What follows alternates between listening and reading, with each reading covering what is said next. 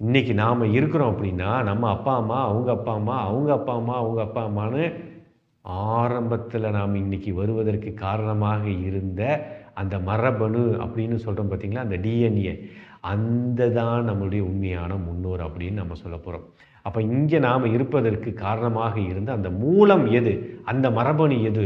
அந்த மரபணு தான் நம்மளுடைய முன்னோர். அந்த மரபணுவ வழிபடுறது தான் நம்ம முன்னோர் வழிபாடு. நாம என்ன நெனச்சுட்டு இருக்கிறோம், இப்ப நம்ம அப்பா, அம்மா, நம்ம தாத்தா, பாட்டி இப்படின்னு நம்ம இவங்கள மட்டும் நாம நெனச்சுட்டு இருக்கோம். இவங்களும் தான் நமக்கு முன்னோர். இவங்களும் தான் நம்மள காப்பாத்தப் போறாங்க. இப்ப இவர்கள் எல்லாத்தையும் வருவதற்கு காரணமாக இருந்த அந்த மூலம் எதுவோ, அந்த மரபணுவை நாம் வழிபடுவது தான் நம்மளுடைய முன்னோர் வழிபாடு அப்படிங்கிறது.